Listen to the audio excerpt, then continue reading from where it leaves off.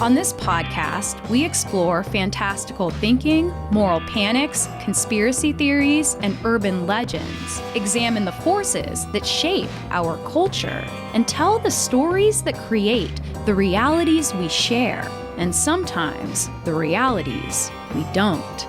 I'm your host, Chelsey Weber-Smith, and this is American Hysteria. Will she take over the town's cookie factory before he steals her heart? In a Hallmark Channel original movie. They will keep traditional marriage at the core. I do Christmas almost all year round, just sharing the Christmas message. There's gonna be more Christmas. After Christmas, more Christmas. I think to start this episode, we all need to get into the Hallmark Christmas movie mood. And so, just for you, I'm going to describe the entire plot of the record-breaking 2014 Candace Cameron Bure vehicle, Christmas Under Wraps. If, for some unknowable reason, you don't want to listen to this section, you can go ahead and skip to about 10 minutes and 10 seconds and get into the rest of the episode. So grab one of those extra soft blankets from Target and your favorite mid-priced Cabernet and cuddle right up for a true Hallmark moment. As Christmas approaches, a third-year resident surgeon named Dr. Lauren Brunell finds herself beaten out for the big city Boston Medical Fellowship of her dreams, relegated instead to the depressing academic limbo of the waitlist. Not only that, but her shitty little sweater-vested boyfriend has just broken up with her at a dinner she believed would culminate in a public restaurant engagement. But no, not so. You see, Dr. Lauren Brunell just isn't spontaneous enough. She's a workaholic. Her life is planned to the minute. No room for the kind of love that defies all her chilly logic. Sorry, Lauren, it's over.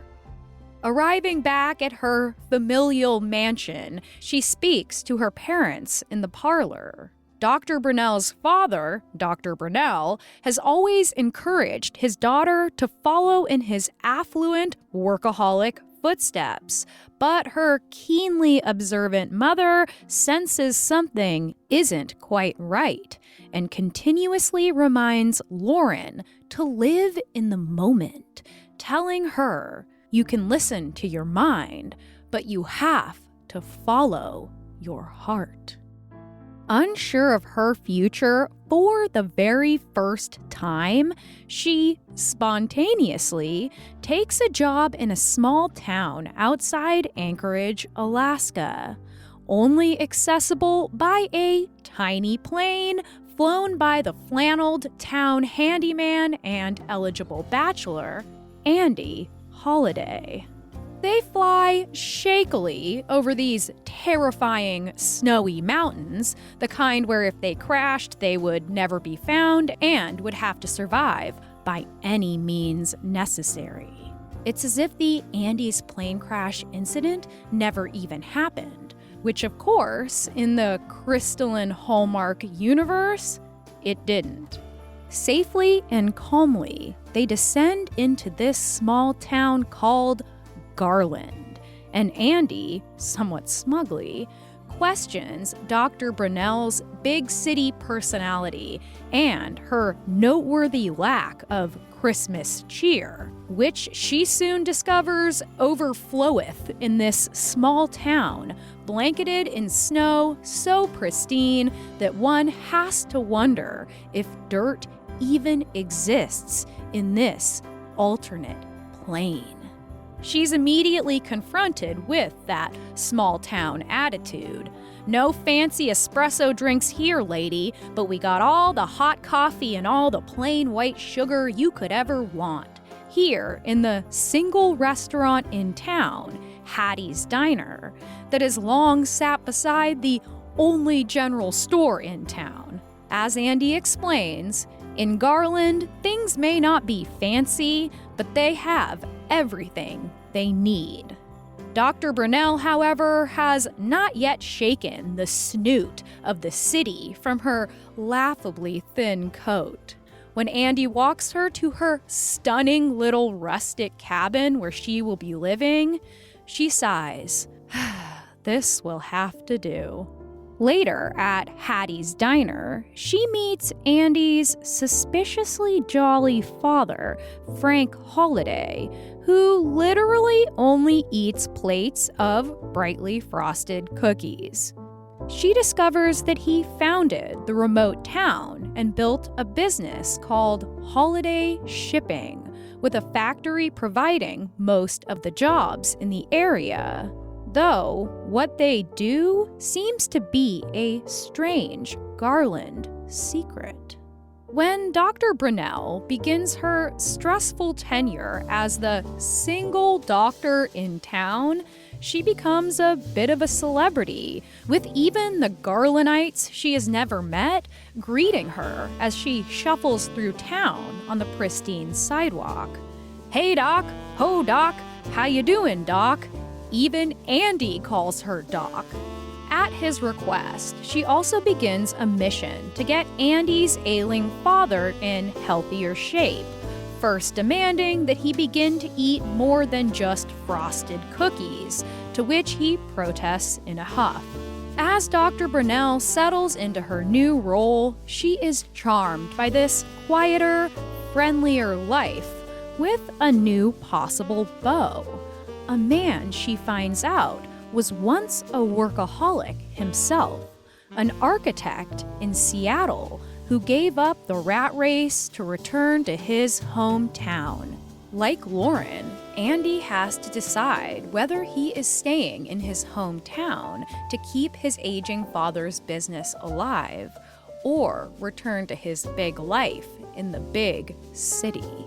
Then things get a little weirder. She starts seeing things out of the corner of her eye, what she thinks are elves skittering outside Holiday Shipping. But upon asking what the fuck is going on, the increasingly kissy-eyed Andy does a little flirty gaslighting. Then they do a little almost kiss, but then Lauren's old life flashes before her eyes and she flips out and decides she's got to get back to her big-time career plans right now. As emo Andy drives her to his plane, they start to say their sincerest goodbyes. But wait, an urgent call. There's a medical emergency back in Garland and they need her right now. He arcs the car around and speeds through the town. But when they get to the emergency, it is an injured reindeer leg. And Dr. Brunell is like, seriously? And Frank Holiday is like, I need him healed by Christmas Eve. And she is like, why, Frank? And he's like, for the Christmas Eve festival. And she's like, okay. And then Dr. Brunell finds out that the fellowship of her dreams in Boston is hers. And she tries to leave again. Then another call. Frank has collapsed. It's his heart. Lauren comes to his aid. He begs to be discharged in time for the Christmas festival. Andy tells his dad he will stay in Garland. Then Lauren's like, you know what? I also need to follow my heart like my mom said, even if my dad is disappointed in me. She triumphantly returns right into the town festival, and under strings of colored lights, beside glittering expanses of snow, her and Andy kiss it out. BF and GF forever now. Because guess what, everybody? Dr. Brunell is staying in Garland. Townspeople, you shan't be doctorless in a hamlet, only accessible by a 2-passenger plane. But wait, there's one more surprise. Andy's dad, Mr. Frank Holiday himself, pulls up in a reindeer-drawn sleigh for the culmination of the town Christmas Eve festival. And then with a little look like, dink, he takes off into the fucking sky. What? The end. Is this place for real? That's Garland for you. Let's get this show underway!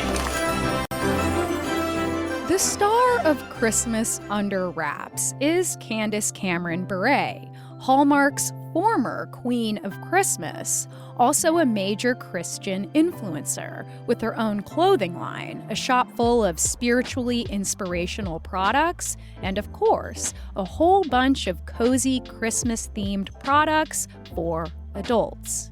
She sells through partnerships with QVC, Dr. Lancer's anti-aging products, and Dayspring, where she has her own line of Bibles that come in what the Wall Street Journal referred to as beachy colors. She's also spent time as the Star-Kissed tuna spokesperson, who's appeared in commercials alongside their longtime cartoon tuna mascot, Charlie.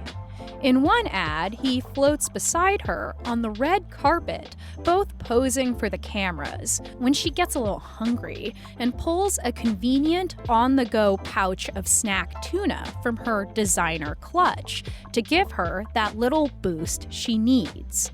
But zooming out, we realize that she's just casually eating mutilated tuna beside her tuna friend, or perhaps her tuna date. It isn't made clear. But before she put the star in Star-Kissed Tuna, she was known as the tween-turned-teen DJ Tanner on the massively popular 90s sitcom Full House that ran for 8 whole seasons and provided family-friendly entertainment that all ages could enjoy together. She continued to have success with this family-friendly brand, working as Hallmark's major star for 15 years. But recently, Candy Cane Bure has announced her departure to produce and star in more overtly faith-based programming on the Great American Family Network, Hallmark's newest competitor. Due to the timing of this announcement and the wording in her explanation, many determined that she was leaving because the network had started to use storylines that didn't align with her beliefs about gay relationships. When asked if the Great American Family channel will include gay couples, she responded that she believes that they will, quote, keep traditional marriage at the core. She also claimed that Hallmark was, quote, basically a completely different network due to changes in their leadership. These changes came after Hallmark faced a major backlash in 2019 for pulling a Zola wedding ad that featured 2 women kissing at their marriage ceremony. A conservative group, 1 Million Moms, took issue with the ad campaign, and more than 40,000 people signed this petition telling Hallmark the ad did not align with the network's, quote, family-friendly content. That pressure from the infamous fundamentalist organization 1 Million Moms, or as GLAAD refers to them, one meddling anti-gay mom, was enough for then CEO Bill Abbott, who pulled the ad, hoping to quietly avoid controversy. LOL. Of course, social media caught on quickly, with many blasting the homophobic decision, with others praising Hallmark for standing up to the greedy Grinch of winter wokeness. So, despite the desire to remain as apolitical as possible, Hallmark was embroiled in a heated debate about exactly what it hoped to avoid. And then Bill reversed his decision about the ad, especially after Zola said they'd be taking their business elsewhere if these were indeed the values of the company. 1 Million Moms made their public response, citing a Bible verse to support the notion that homosexuals deserved to die. It was all a big mess. Just a few months after the controversy, Bill Abbott officially resigned as CEO, not due to the scandal, he said, but rather a coincidence of timing. He played no small role in the roaring success of the channel and has been given credit for spotting the potential of the made-for-TV Christmas movie market and then leaning in with full bravado to incredible, unprecedented ratings. Back in 2009, the channel premiered 21 new movies under his guidance, 33 in 2017 and 38 in 2018. This year, they're producing 41, but they're doing so with a new leader at the reins. Hallmark, aka Crown Media, appointed Wanya Lucas as their new CEO in 2019, and she came in with a very different vision, one in which the channel would tell far more stories from perspectives other than Hallmark's Hallmark Straight White Christian Christmas, and that they would change the tradition of the friend of color who disappears at 15 minutes in, hoping to scrub away the hollow corporate attempts at diversity.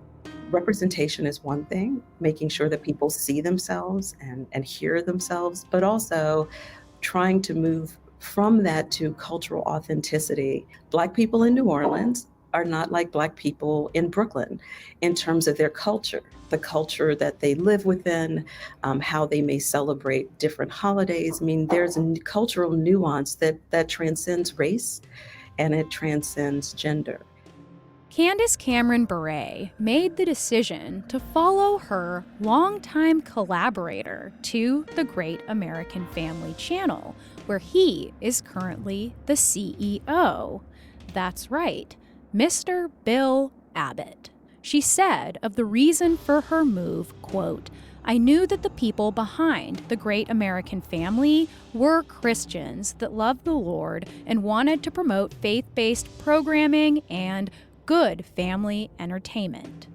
She said she wants to break the Hallmark mold and tell more spiritual stories, denying that she left out of homophobia, blaming the media for twisting the story to manufacture conflict, and expressing her love for all of God's people. Candace didn't explain why Great American Family won't feature same-sex couples, but said, quote, "I am called to love all people, and I do," adding, "I had also expressed in my interview, which was not included, that people of all ethnicities and identities have and will continue to contribute to the network in great ways, both in front of and behind the camera, which I encourage and fully support." This is not the first time that she's come under fire. She also argued vehemently with Raven Simone on The View on behalf of that wedding bakery who refused to serve a same-sex couple. None of this really comes as a surprise to anyone who's followed the trajectory of the Cameron siblings. Candace's big brother, Kirk, child star of another 90s sitcom, Growing Pains, became a born-again Christian at 17 after living as a self-described teenage atheist. And almost overnight, he began demanding changes to the scripts that he deemed inappropriate under his strict new sensibilities. He would go on to become a kind of fringe media prophet of aggressive Christian fiction, starring in the apocalyptic book-turned-movie series Left Behind, and even producing his own 2014 film called Saving Christmas, which is exactly what it sounds like. Kirk Cameron has always been far more forthcoming about his views on homosexuality, whereas Candace has tried to toe that line a lot more carefully, not unlike Hallmark itself. Hallmark Christmas movies have always been most popular in conservative areas, in the Midwest, in the South, in the general heartland. But it was in 2016 that the network got a very noteworthy ratings boost, the only entertainment channel that year to achieve a growth percentage in the double digits. One can actually hold up the 2016 Republican presidential election voters map, and it matches pretty perfectly to the swaths of major Hallmark Christmas fans. But that does not mean that the rest of us can't enjoy the heck out of these movies, very much including queers like me, whether sincerely for the simple warmth they can provide, or for their exceptional corniness, their cheesiness, the way you can make a drinking game from their ever-repeating tropes, the surreal lines and line deliveries, the way you can spot all the gay actors trying to act straight, the way each one feels like it could be a horror movie if you just put different music under the scenes. In fact, they often verge on being campy, like drag shows of the perfect American dream. I mean, just listen to what this anonymous employee told Bustle in 2021, quote, "Many Hallmark films were birthed by producers sitting in a conference room, spitballing catchy movie titles, and then working backward to shape a plotline around the title. If they came up with a title they liked, say Christmas on the Rocks, for example, they'd send me to surf the web for a family who rock climbs every Christmas, or a rock star who falls in love with a caroler. It was like writing a punchline before a joke." More after this. And now, back to the show.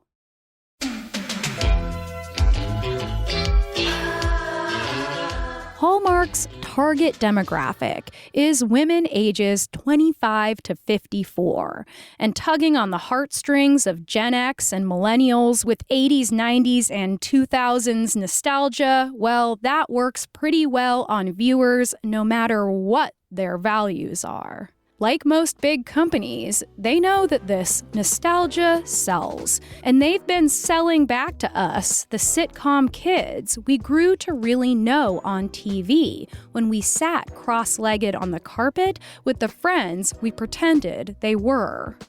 On Full House, as mentioned, Candace Cameron Bure played DJ Tanner, the daughter of the lovable doof and sad-eyed widower Danny Tanner, played by the late Bob Saget, R.I.P., who was raising his 3 girls in San Francisco with help from his brother-in-law and his best friend. When it came to his huffy oldest daughter, DJ, well, she always found a moral lesson at the end of the show, sitting on the edge of her bed. DJ's little sister, comedic genius Stephanie Tanner, was played by Jodie Sweetin, yet another Hallmark darling, clocking in at 5 movies, with 2 coming out this year. And then there's Lori Loughlin, who played Aunt Becky and has been a reoccurring star on Hallmark, before she spent 2 months in prison for her part in the 2019 nationwide college admissions scandal, but nonetheless has been quietly returning to the channel. Noticeably absent from the Full House Hallmark grab bag are the unfathomably iconic twins Mary-Kate and Ashley Olsen, who together portrayed youngest daughter and precocious toddler turned 9-year-old Michelle Tanner. Instead, they live a low-key life of high fashion, far away from the Christmas movie industrial complex that could have been their logical fate, seeing as they spent so many years basically forced to pump out Hallmark-esque movies for kids and teenagers. I just wanted to take my chance to mention them. And who could forget dear Winnie? Winnie Cooper, the lovable girl next door in The Wonder Years, another late 80s, early 90s show about suburban life in the late 1960s. Winnie was played by Danica McKellar, who is now starred in 15 Hallmark Christmas movies. Lacey Chabert, aka Gretchen Wieners in Mean Girls, has become a Hallmark nice girl with more than 10 titles under her belt. Her former co-star Jonathan Bennett, who played Aaron Looks Sexy with His Hair Pushed Back Samuels, is also a repeat Hallmark prince.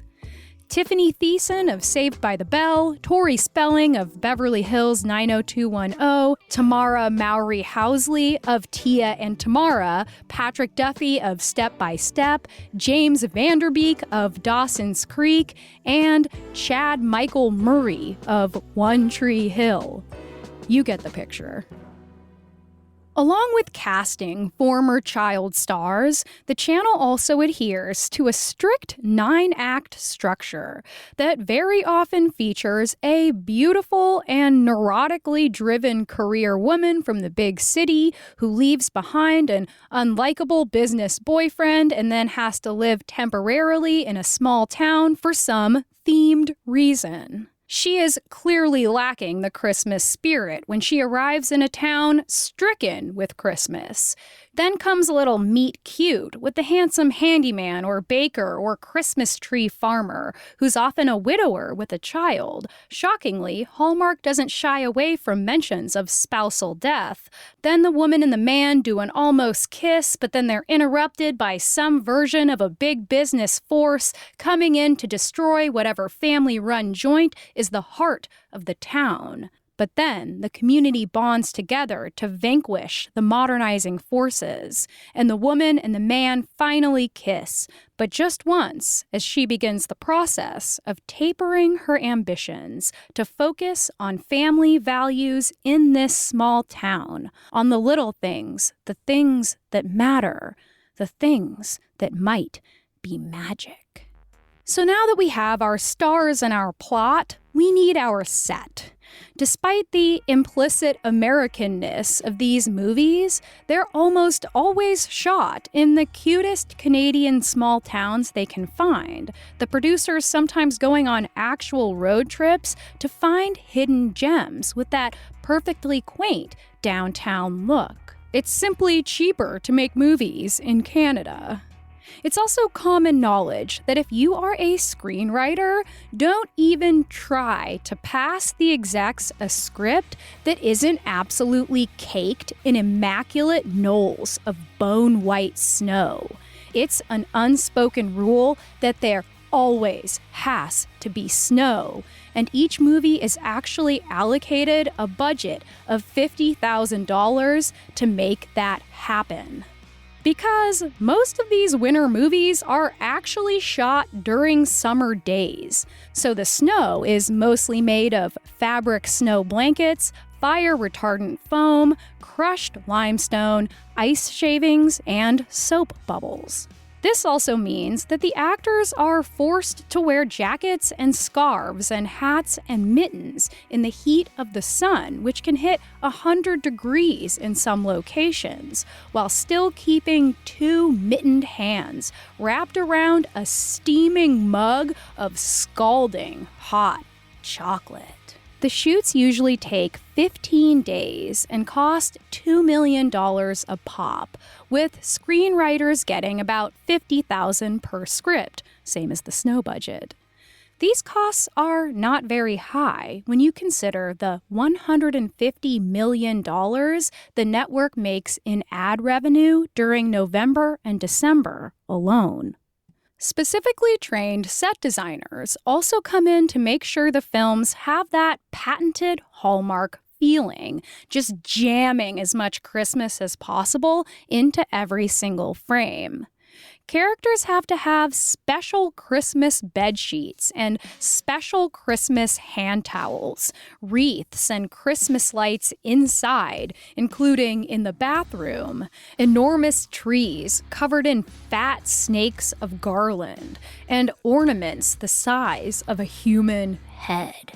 Since producers know that many people keep the Hallmark Channel playing in the background during the Christmas season, they try to make it so that at any given moment that the viewer passes the television set, they will be stunned by the joy, pacified comfortably to their very human core, with sugar plums dancing in their heads, along with that mid-priced Cabernet. Am I right? It's very clear that these movies are family-friendly. That point has been driven home. But if we remember their target demographic, it ain't the kids they're trying to draw in. You see, these adult-targeted movies have more Christmas magic in them than I personally feel comfortable with. It seems like someone's dad always turns out to be Santa, or Santa is the mysterious eccentric who had wandered into the characters' lives to make some kind of domestic magic happen, like in the case of Matchmaker Santa, starring Lacey Chabert, actually meddling in the affairs of humans to make them fall in love by just touching his nose slyly with a little dink. Often, just like in Christmas Under Wraps, these Santas shoot into the starry black sky with a full fleet of reindeer at the conclusion of the film. The main characters always receive this news with a gleeful little gasp, whereas I would scream as my very concept of physical reality was torn violently in half. Not in Hallmark Town, just an excited exclamation from the residents and 100 little side smiles at the sky.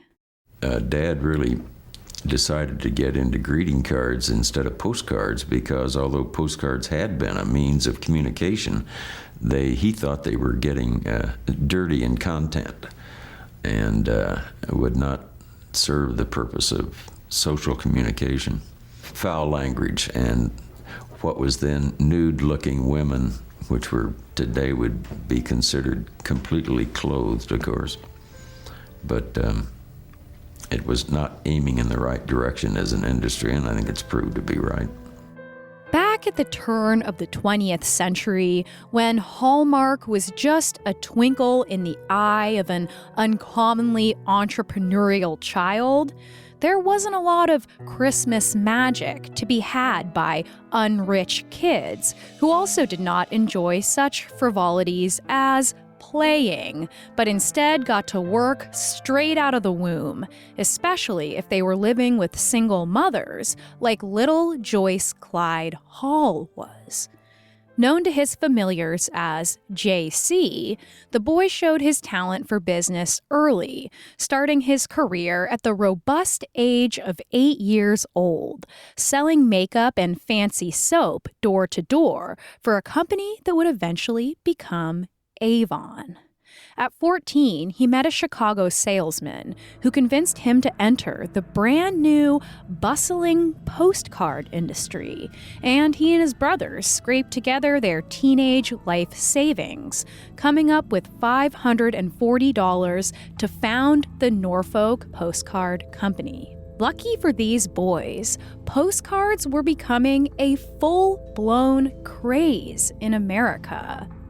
By 1902, mail was suddenly being sent out and also delivered straight to the front doors of Americans, including those in rural small towns, where between 1905 and 1909, there was an 850% increase in outgoing mail. As World War I boomed and took young men and fathers away from their families, the demand for this kind of loving communication was unprecedented, and the Hall brothers would soon open a new company to keep up with the demand. In 1928, they began calling their ever-expanding business Hallmark, and the term Hallmark holiday soon entered popular vernacular. Through the middle of the century, Hallmark continued to grow at an unprecedented rate, with the boys opening stores all over the country and popularizing the revolutionary greeting card displays that have become a staple of grocery and drugstores all over the world. By the 1940s, Hallmark was printing 1 million cards every single day. But JC had a bigger vision than just greeting cards. In 1950, he wrote to his sales team, quote, "Dear fellows, we're going to try our hand at television." And on Christmas Eve 1951, the Hallmark Company partnered with NBC to create the very first live opera written specifically for television. They commissioned Italian-American composer Giancarlo Menotti, a longtime American resident and pretty open homosexual, to come up with an original idea for the special. Inspired by his own Santa Clausless childhood in Italy, as well as what he saw as an oversaturation of a commercialized, Santified holiday, he wrote Amal and the Night Visitors, about three kings on their way to see the child.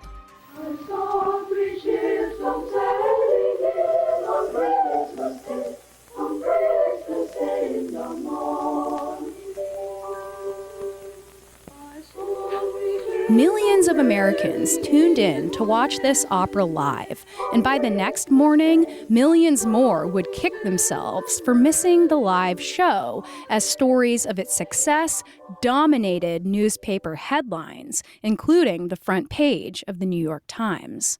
Though other productions had appeared live during Christmas time, there had not yet been a tradition, and Amal and the Night Visitors became just that. They aired the same opera year after year, sometimes with returning cast members, sometimes with new performers as well. We can look at this as the first televised Christmas movie tradition. The success of the opera led to JC's idea to create the Hallmark Hall of Fame, which broadcasted classic theater adaptations of Shakespeare and John Steinbeck and Willa Cather and August Wilson. Of the 200 productions they put out over the next several decades, Hallmark received 81 Emmys, 9 Golden Globes, and a whole bunch of Peabody and Christopher Awards. JC retired in 1966 and handed the company over to his son Donald Hall, who continued to pump out these classy TV specials until, well, America stopped being interested. The first CEO outside of the Hall family was Irv Hockaday, who made some major changes to the company's direction when he took over in the 80s, when Reagan-era Christian conservatism influenced family-friendly sitcoms like Full House, like The Wonder Years, like the cheesy after-school specials that would, in turn, deliver Hallmark its future stars. Then in 1992, Hallmark merged with infamous fundamentalist Reverend Jerry Falwell Sr.'s American Christian Television Service, and with another called Vision Interface Satellite Network, which was all renamed the Family and Values Channel. By 1999, the channel was taken over by Hallmark and the Jim Henson Company and became geared toward kids with Muppet content, as well as original miniseries like Gulliver's Travels and Merlin, right alongside a whole bunch of Christian broadcasts. But by 2001, the company bought the entire network, and the Hallmark Channel was born. Over time, they started to trim back the explicitly religious content to make the network palatable for a broader audience while still trying to honor similar values, towing the line. Sergeant Cullen received a card from our admirers back in the States that sent him on a journey. Oh, do you have family in town? I'm just passing through. To find his destiny. Do you think it's a little odd that a grown man would travel this far based on a card? One simple act will change 2 lives. This card brought him to Nevada City? No, you did. Edward Asner in a Hallmark Channel original movie, The Christmas Card.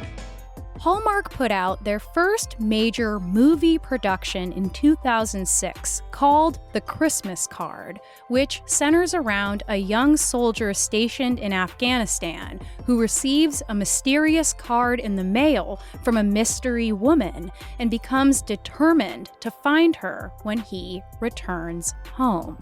The Christmas Card was an absolute smash, with 5 million viewers tuning in, a record-breaking moment for the Hallmark Company. After seeing the success of this feel-good, mildly patriotic romance, the landmark Countdown to Christmas officially began on the channel, with original movies airing every day from October 25th all the way until early January, under the instruction of CEO Bill Abbott. The holiday made-for-TV movie industrial complex had officially kicked into gear. Year after year, Hallmark raked in more and more of that cookie dough, slinging out more and more half-baked treats, like 2016's Christmas Cookies, set in the town of Cookie Jar, where a cookie businesswoman is sent to buy and shut down the local cookie factory to replace it with a corporate cookie chain. But instead, she falls in love with the factory's owner and decides, yes, her heart belongs in Cookie Jar. It takes a little bit of love to make something really special. Christmas Cookies on Hallmark Channel. More after this. And now, back to the show. Where is everybody? Oh, is there something great showing on TV? Premieres Sunday, November 26th at 8 on Lifetime. Of course, other networks were monitoring Hallmark's merry, meteoric rise to Christmas success, and they were looking for new ways to compete. Second to Hallmark in the made-for-TV movie industry is the company's evil twin, their cooler cigarette-smoking cousin who seems to know everything there is to know about serial killers. You know, the far more gritty Lifetime network, which has always specialized in tantalizing tales of suburban murders and wayward teenagers. But when it comes to Christmas movies, Lifetime has actually been in the game even longer than Hallmark, starting all the way back in the late 1990s. They too have used many familiar stars from Gen X and millennial childhoods, crowning their own Candace Cameron Bure in the moderately conservative Christmas queen Melissa Joan Hart of Clarissa Explains It All and Sabrina the Teenage Witch, who now stars in as many as 3 films a year. To be honest, I like her movies a lot more, especially Holiday in Handcuffs, which is an absolute delight. Though Lifetime saw more and more success with their growing slate of Christmas movies, Hallmark remained confident. Until a far bigger company with far deeper pockets darkened the doorway of their corner office. In the year of our Christmas movie wars, 2017, Netflix released A Christmas Prince, which was a total knockoff of another subgenre of Hallmark movie not yet mentioned, Regular Woman and Royal Man Fall in Love. It was a smash hit, leading to A Christmas Prince 2 and 3. Lifetime and Netflix not only took note of Hallmark's winning formula, but also of its blind spots, as a growing chorus of tweets called out Hallmark's character limitations, like the fact that they had never had a black lead in any of their movies, and nary a gay to be seen. The Christmas movie wars were raging as Lifetime and Netflix went for the company's jugular when they spied with their little eyes something beginning with D. That's right, diversity.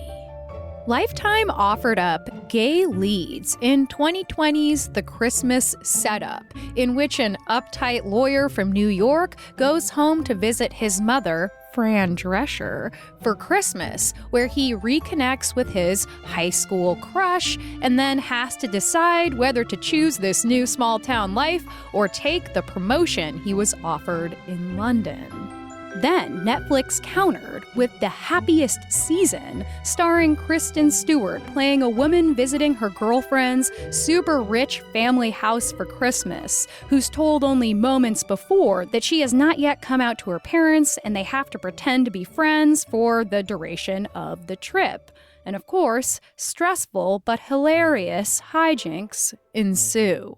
Hallmark also offered up gay characters in 2020's The Christmas House, but it's never explicitly stated that that is what they are.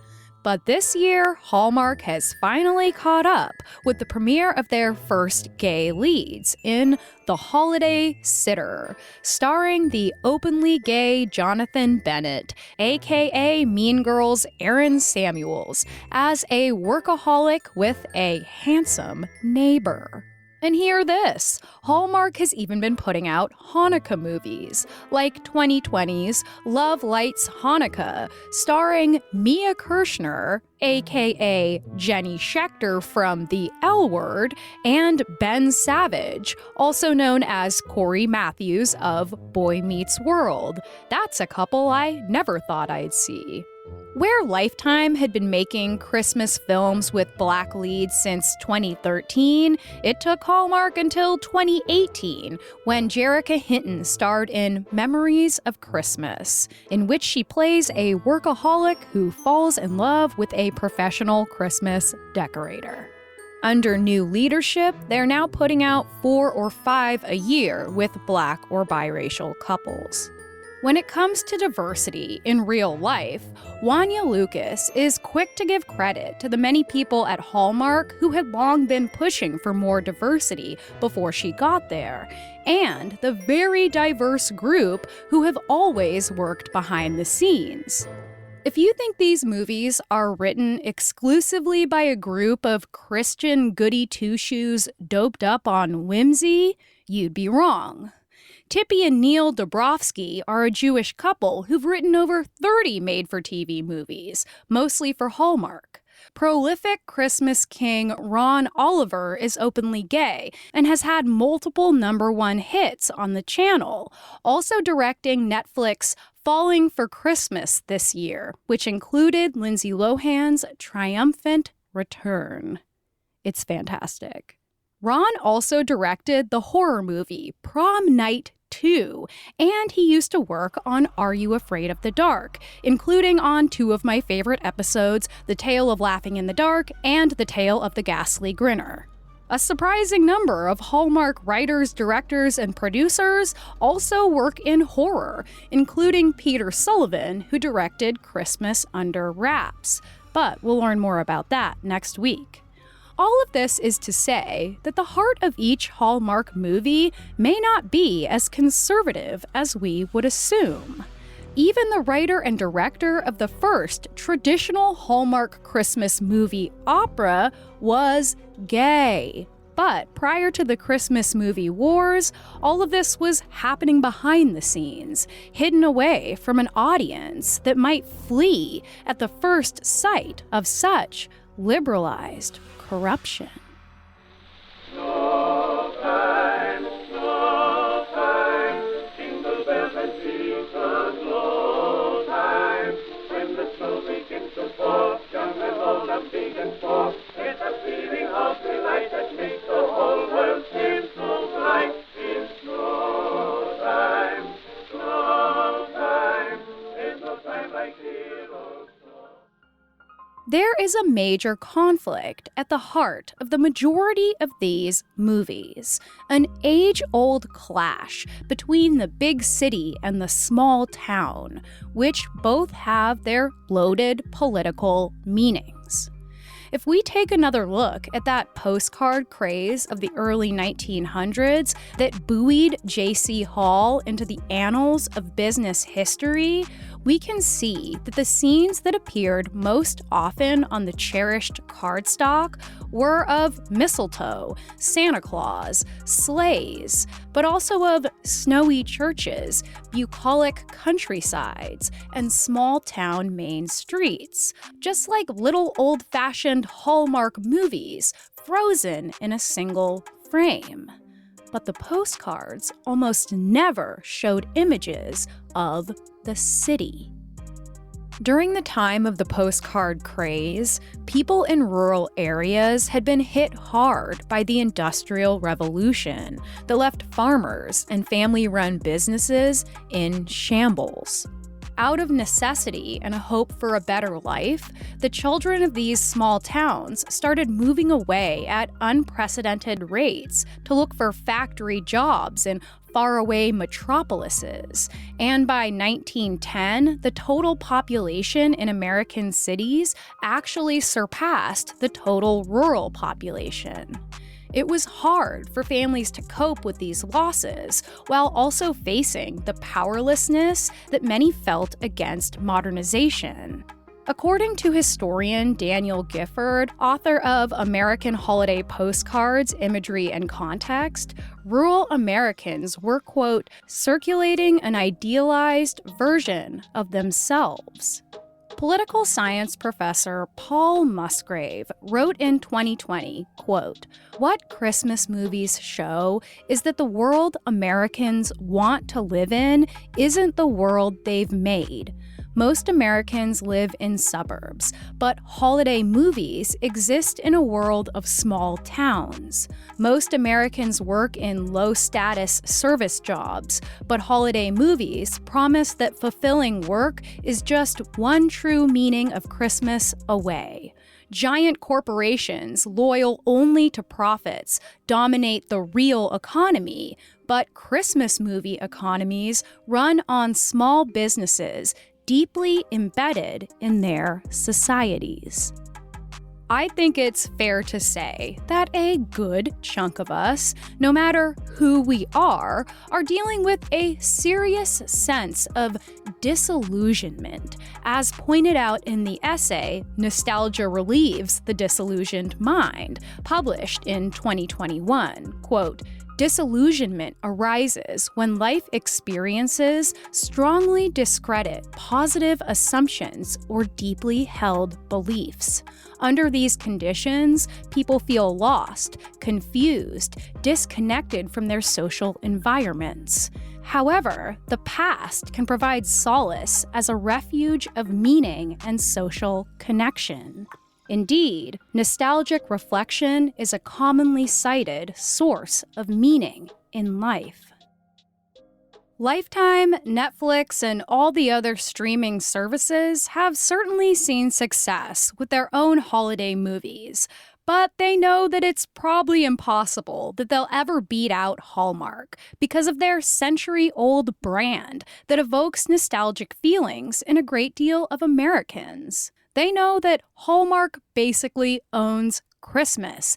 They literally invented wrapping paper. But no matter how our heart feels about them, they are still a mega corporation with a bottom line. And those of us who fall under the super fun banner of diversity see ourselves either being a liability to profits or a chance to leverage an untapped market. It's not much more complicated than that. Back when former Hallmark CEO Bill Abbott was under fire for that gay wedding ad controversy, he told a journalist that their movies were, quote, "your place to go to get away from politics, to get away from everything in your life that is problematic and negative, and to feel like there are people out there who are good human beings that could make you feel happy to be a part of the human race." It seems that getting away from politics now requires getting away from each other. This sentiment, the dedication to making family-friendly content that is safe for the family, implies that by virtue of being seen strolling down a snowy Main Street, we are some kind of threat to families. These channels' dedication to staying apolitical also means that we can't exist apart from what our life means to the narratives of the culture and business wars. When asked why he is so good at what he does, Hallmark director Ron Oliver told the LA Times, quote, "I think it's because I understand that under all of the ridiculously commercialized nonsense, the bright colors and the sparkling lights we wrap the holidays in, it's always about heart. Every Christmas story boils down to somebody telling somebody else they love them. Here's current CEO Wanya Lucas again. If you think about our brand, it is about love, right? And a sense of hope and optimism, which are universal themes, regardless of who you are in this world, which is why I love this brand so much. I haven't worked on a lot of brands like that. And so given who we are. She also promises that no matter what changes take place at Hallmark, at the end of their movies, everything will always work out. This love that today's variety of Hallmarkian masterminds have expressed, no matter how cheesy, how corny, how cliche, and how problematic, is a biological instinct that rivals hunger and thirst, the drive to form something equivalent to a Hallmark small town. The communities we dream of being a part of are certainly very different depending on who we are, but I do think that many of us, surrounded as we are by so much vicious fragmentation, dream of a life at least a little like this. Nothing fancy, a place like Garland, where we have everything we need. Something out of reach for so many different kinds of Americans in both rural and urban areas. Just a place where the town will band together to stop the megacorporations that threaten the community through acts of merry solidarity, wielding the Christmas spirit like a fist. A place where friends and families are no longer torn apart irrevocably by culture wars, where all our griefs and all our disillusionments are settled firmly in the past. A place where we will find new love that will remind us of how it felt when we believed, making us nostalgic for the times when it felt like we still could. God, listen to me. I have been watching way too many Hallmark movies. This was American Hysteria. If you'd like to support our show and get early ad-free episodes as well as bonus content, head to patreon.com/AmericanHysteria. Another great thing you can do to help our show is to leave us a review on the app that you use. It really helps us out, and you could do it right now. American Hysteria is written, produced, and hosted by me, Chelsey Weber-Smith. Sound designed by Clear Como Studios, researched and co-edited by Riley Smith, and co-edited and produced by Miranda Zickler. Thanks, as always, for listening. And may none of our family members be Santa, because that sounds really stressful. I hope you have a great week.